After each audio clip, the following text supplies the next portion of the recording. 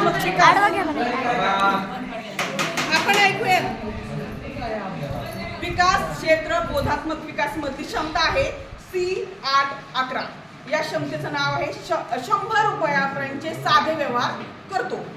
तर याचं ध्येय आहे बालके 100 रुपयापर्यंतचे व्यवहार बाजारात, दुकानात किंवा समाजातील कोणत्याही विक्रेत्याकडे व्यवहारात 100 रुपयाचा खर्च करतात। सुचवलेला उपक्रम असा आहे की वर्गात आपण शिक्षक म्हणून विविध वस्तूद्वारे बाजार भरवणे किंवा दुकान टाकणे। उदाहरणार्थ पेन, वही, पेन्सिल, ज्या शैक्षणिक साहित्य आहे, कंपास, स्कूल बॅग, जे असेल आपलं शैक्षणिक साहित्य ते आपण वर्गात दुकान टाकायचं। त्याच्यानंतर सुचवलेला उपक्रम आहे, कृती अशी आहे की मुलंच ग्राहक आणि मुलंच विक्रेता, फक्त आपण शिक्षक मार्गदर्शक। आता कसं करणार, प्रत्येक ओळख होणार आणि आपण त्याला घरून 100 रुपये सिद्ध करून आणणार शिक्षक येणार आपण। तर तू या 100 रुपयांच्या वस्तू मला घेऊन दाखव, तुला जे आवडेल तू ते घे। मग तो विद्यार्थी 100 रुपयाच्या वस्तू घेतात। तसेच 100 रुपयांच्या नोटा पण आपण उपलब्ध करणे आपलं शिक्षक म्हणून आपले काम। अशा प्रकारे प्रत्येक मुलाला खरेदी विक्रीचा अनुभव आपण वर्गात देणार मुलांना 100 रुपयापर्यंत। आता प्रत्यक्ष व्यवहाराचा त्याला अनुभव हा वर्गात येणार ना।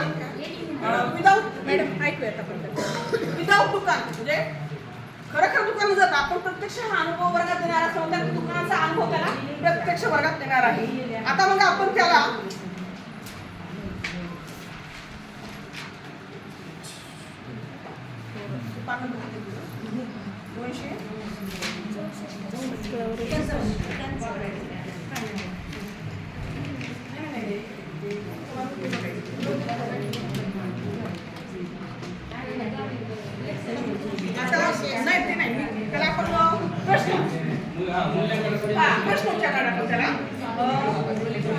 तू 100 रुपयांचे जनरली आपल्या दुकानातून कोणते कोणते साहित्य घेतले त्या साहित्यांचं मला नाव सांग। तो फळ्यावळीला नाव सांगा।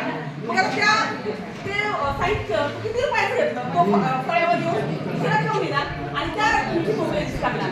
म्हणजे त्याला 100 रुपयांची बेरीज येते की नाही जमली किंवा आली ते आपण तिथेच कळणार आणि शिक्षक म्हणून आपण त्याला समजा सांगणार बाबा हे हातात चुकलाय काय। दुसरा प्रश्न, तू मला शिक्षक म्हणून तर 100 रुपये मी देणार आणि म्हणणार की या 100 रुपयांचं सामान तू माझ्या समोर घेऊन दाखव, काय काय घेतलं तू स्पष्ट कर मला। 10चा पेन घेतलाय, 50ची कंपास घेतली, 70चं काय घेतलं असं म्हणजे 100 रुपयांची बेरीज साहित्य घेऊन दाखव।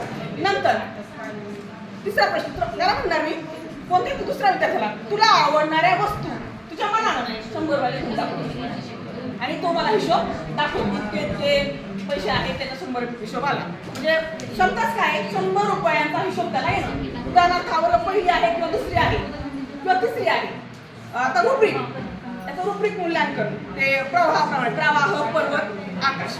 आता पहिलं आहे प्रवाह, पहिली जी आहे जाणीव क्षमता 100 रुपयांचा व्यवहार त्याला करता येत नाही, पण पर्वतामध्ये आपण घेतलेल्या उपक्रमातून त्याला प्रत्यक्ष दुकानात व्यवहार काय करायचा कसा करायचा समजल्यामुळे तो प्रत्यक्ष 100 रुपयांचा व्यवहार करतो। शिक्षकांना त्या 100 रुपयांचा हिशोब सांगतो। नंतर आकलन, व्यवहार ज्ञान तो करतो, आपल्या मित्रांनाही व्यवहारात या 100च्या वस्तू कशा घ्यायच्या तो त्याला मार्गदर्शन करतो।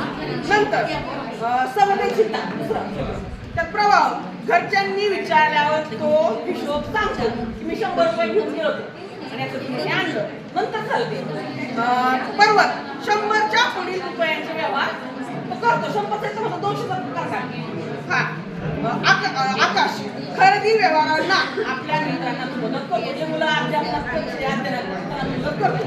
सर्जनशीलता, व्यवहारात जी दाखवत नाही पण आपण हा जो घेतलाय त्याच्यानंतर तो पर्वत या क्षमतेत प्रोत्साहन मार्गदर्शन नंतर व्यवहाराचे एखादा मुलगा कच्चा आहे तो चांगल्या मुलाचं तो अनुकरण करतोय आणि कशी देते 100 रुपये वस्तू पेन घेतला वही घेतला कशी दिली तो अनुकरण करतो। नंबर 3 आकाश, सभोवतालचे निरीक्षण करतो व प्रामाणिकपणे म्हणजे 100 रुपये द्यायचे एखाद्या विक्रेत्याने जर जास्त पैसे दिले समजा बाय चान्स चुकून 10 रुपये द्यायचे तर त्याने 20 दिले तर तो प्रामाणिकपणे ती सवय अंगीकारतो व आपल्या मित्रांना पण प्रामाणिकपणेच व्यवहार खरेदी विक्री करावा याचा तो मार्गदर्शन करतो। धन्यवाद। चुकला असेल